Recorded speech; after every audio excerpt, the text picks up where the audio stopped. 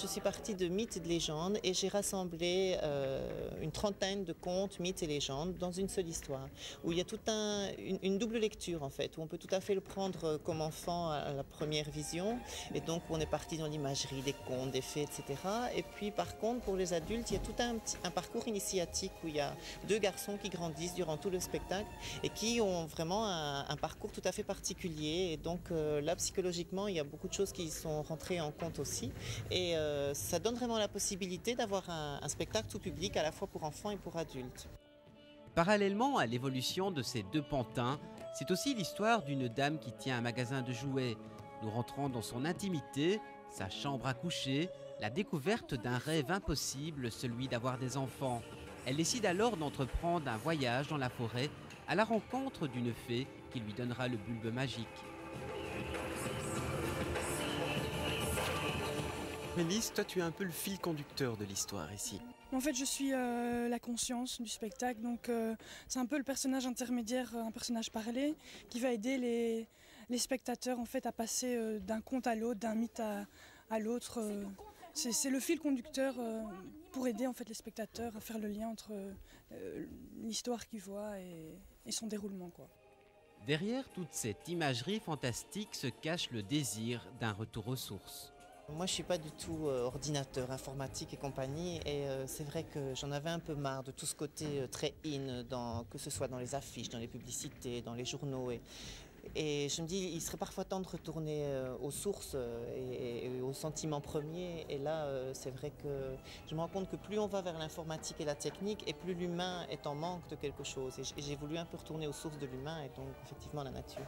Il y a tout le thème de l'adoption aussi qui, pour moi, était important à travailler dans le morceau.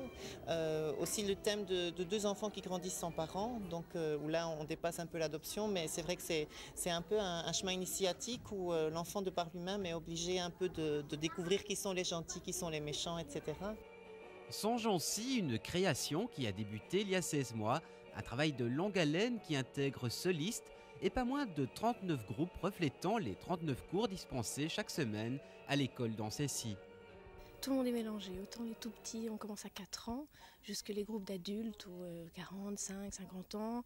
Et c'est vrai qu'il y a des groupes comme Barosol et Stretching qui n'ont peut-être pas nécessairement envie de danser et de se faire voir dans le spectacle. Donc Xavier leur propose de faire de la figuration, la savane et des choses comme ça. Donc vraiment tout le monde peut participer au spectacle d'une manière ou d'une autre, quoi. Et d'après toi, qu'est-ce que ça apporte au spectacle justement, ce mélange des générations comme ça? Ah mais c'est super, ça apporte pour les jeunes qui commencent, ça leur apporte un vécu pour des autres, quoi.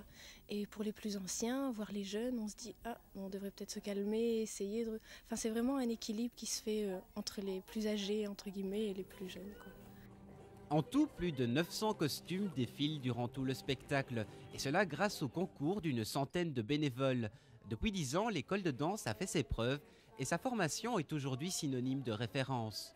Ton évolution ici, comment ça s'est passé? Oh bah ça s'est bien passé vu que j'ai été prise dans une école pour l'année prochaine.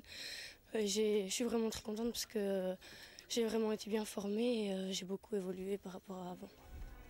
La formation de Xavier Gossuin, qu'est-ce que tu crois qu'elle a de particulier? Bah déjà je crois on est super bien formé techniquement et en plus comme il y a vraiment un esprit super ouvert, on voit un peu plusieurs choses et moi je trouve que c'est vraiment chouette. Il y a quand même un côté très humain chez lui, mais aussi très exigeant. Ah bah oui, parce qu'il faut de la rigueur dans tout et dans la danse encore plus qu'ailleurs, donc ça c'est obligatoire. Ouais. Mais il est très très humain, c'est ça qui est très bien moi je trouve.